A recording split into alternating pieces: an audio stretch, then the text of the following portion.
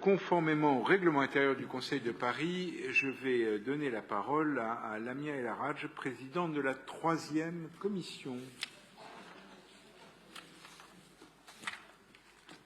Merci beaucoup, Monsieur le maire. Je vais, mes chers collègues, vous présenter les travaux de la 3e commission qui s'est déroulée le 3 octobre dernier. Nous avons pu assister à la présentation des différentes délibérations qu'ont présentées David Belliard et Nicolas Norman et qui nous présenteront lors de ce conseil, ainsi qu'à la présentation fort intéressante du bilan de la démarche Embellir votre quartier par Jacques Baudrier. Je reviendrai également sur l'audition que nous avons eue le mardi 4 octobre de la direction de l'agence de la RATP Paris au sujet de l'offre de transport actuellement assez perturbée à Paris.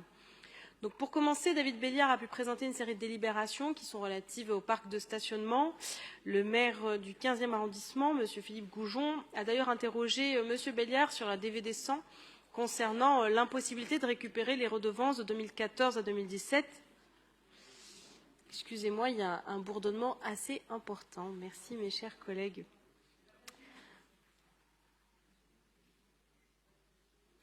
Ça va bien se passer. Merci de votre amabilité. C'est très aimable.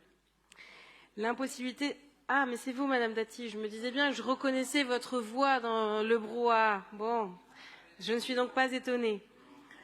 L'impossibilité donc de récupérer les redevances de 2014 à 2017 du parc de stationnement privé au sous-sol de la rue Georges Pitard dans le 15e arrondissement.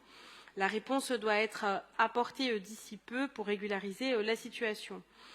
David Belliard a également présenté différentes délibérations relatives aux écomobilités et par la délibération DVD 61, il nous a rappelé la position de l'exécutif parisien sur le développement de la politique d'aide aux écomobilités et le succès certain qu'elle connaît.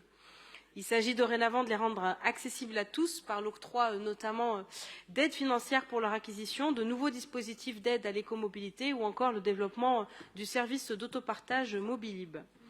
Nicolas Norman, pour sa part, nous a présenté une délibération pour permettre la prise en charge par la Ville de Paris des frais d'accueil des victimes des attentats du 13 novembre 2015 et de leurs proches aux cérémonies de commémoration qui auront lieu le 13 novembre prochain.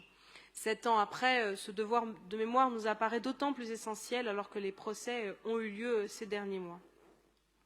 Concernant la DPMP 9 et l'ouverture de la formation des directeurs de la police municipale parisienne au CNFPT, d'autres conventions pourront être envisagées pour les agents recrutés sur voie de concours pour poursuivre ce travail important de formation de cette réussite qu'est la police municipale parisienne et on aura l'occasion d'y revenir.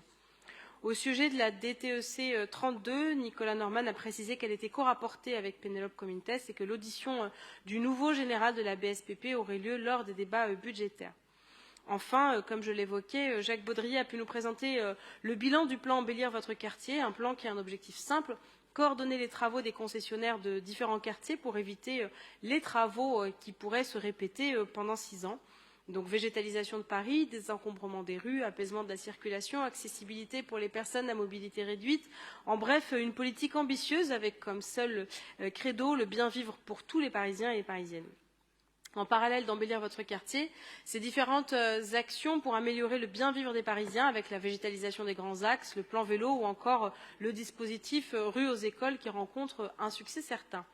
17 premiers quartiers ont ainsi pu être intégrés au plan Embellir votre quartier et aux travaux de concertation dont ils ont fait l'objet.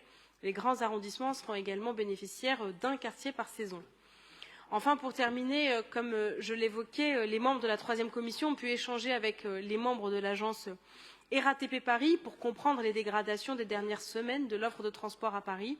La RATP a pu nous partager les raisons de l'attente assez importante des métros et de plus en plus importante des bus.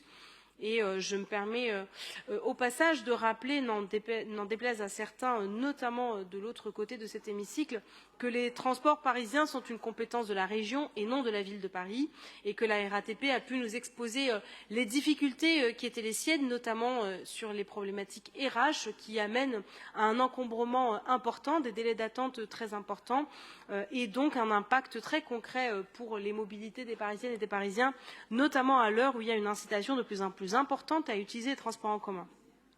Donc sur ces temps d'attente, ils sont principalement liés à une baisse de l'offre, 4% pour le métro, 10% pour le bus, et ce en moyenne. Donc certaines lignes sont beaucoup plus impactées que d'autres, dû essentiellement, je le disais, à des problématiques de ressources humaines et donc de manque de personnel.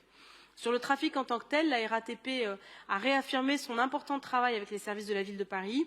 Seulement 10% des kilomètres parcourus par les bus ne sont pas effectués à la vitesse moyenne. Et si la question de la congestion du trafic est une préoccupation de la RATP, la dégradation actuelle de l'offre n'en est pas du tout une conséquence. Donc j'espère que nous aurons l'occasion à l'avenir de revenir sur ce sujet qui nous paraît être extrêmement important au sein de la 3e commission, poursuivre nos échanges avec les membres de la RATP. Et j'en profite pour partager aussi une alerte que nous avons eue lors de cette audition, à savoir le choix qui est fait par la présidente de la région Île-de-France d'ouvrir à la concurrence un certain nombre de lignes de bus et qui impacte là aussi la qualité de service rendu. Je crois que c'est une préoccupation qu'on se doit d'avoir en tête et autour de laquelle nous devons réfléchir pour anticiper, notamment au vu du calendrier, à savoir début 2024, l'année des Jeux olympiques et paralympiques. Je vous remercie, chers collègues. Merci beaucoup, Madame la Présidente.